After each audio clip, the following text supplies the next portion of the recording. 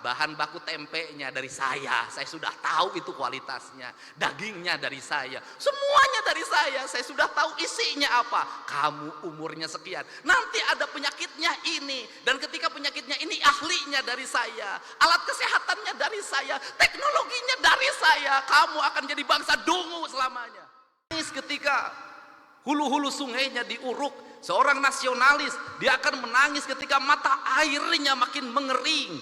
Kalau kita mengaku mencintai NKRI, mengaku menjadi nasionalis, membiarkan hutan dibabat, membiarkan sungai diuruk, membiarkan laut diuruk, dan membiarkan mata air mengering, saya katakan Anda pembohong.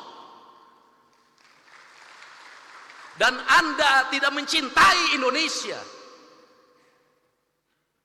Saya secara pribadi hari ini anak-anak muda, Kak Kuarnas, mulai posting di media sosial. Mereka menggugat, Pak.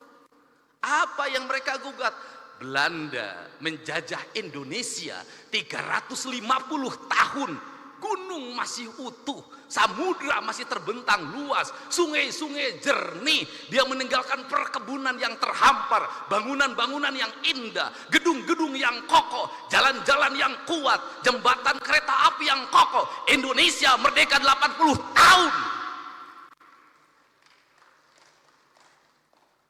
Gunung gundul, sungai keruh, hutang menggunung, bangunan-bangunan hampir tidak ada yang berkualitas, jalan-jalan mudah rusak, jembatan mudah roboh. Pertanyaannya adalah, siapa yang penjajah itu?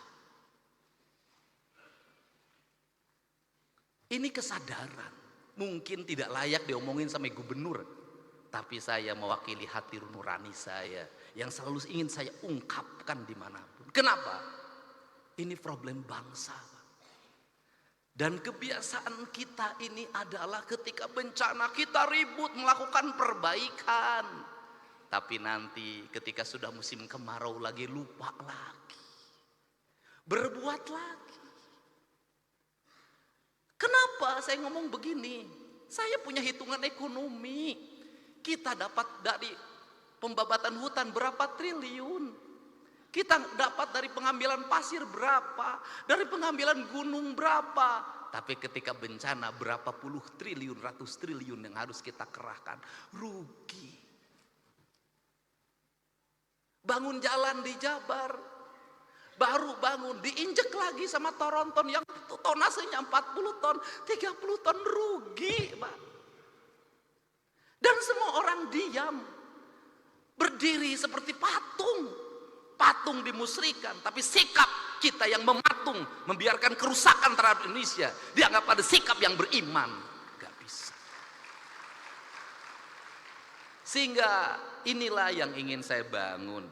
Gerakan pendidikan kita harus menggerakkan anak-anak kita kembali pada titik dasarnya. Dia adalah manusia Indonesia yang mencintai tanahnya. Problem anak-anak kita hari ini apa? Dia tidak mengenal tanahnya. Kenapa tidak mengenal tanah? Sejak lahir kakinya tidak pernah menginjak bumi. Pakai sendal, di sepatu, tidak pernah berlari di pematang sawah, tidak pernah berenang di sungai, tidak pernah dia berlari menuju gunung. Dia menghabiskan waktu dalam setiap hari hanya dengan gadget. Dia mengenal ikan di gadget, dia mengenal padi di gadget. Dan setelah itu negara lain mengintip kita.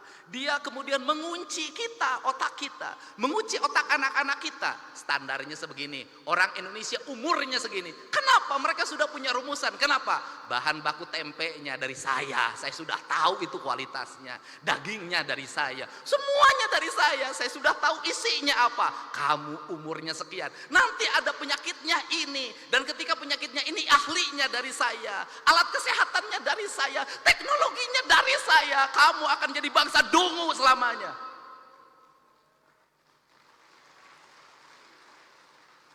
Saya tahu yang begini, Pak. Setelah itu permainannya dari saya, filmnya dari saya, permainannya dari saya, gambar-gambarnya dari saya, semuanya dari saya. Kita menjadi bangsa penjual, penghamba. Kita kaya, tapi posisi kita menjadi orang miskin. Kita ini bangsa kaya raya, Pak Ketua DPRD, tapi kita kayak orang miskin. Mangga diambil dan kita menyembah pada yang mengambilnya. Ini prinsip. Gerakan kepramukaan harus seperti ini. Gerakan agama harus seperti ini, menjadi solidaritas kesadaran. Kenapa? Mumpung masih ada waktu. Download Tribun X sekarang. Menghadirkan lokal menjadi Indonesia.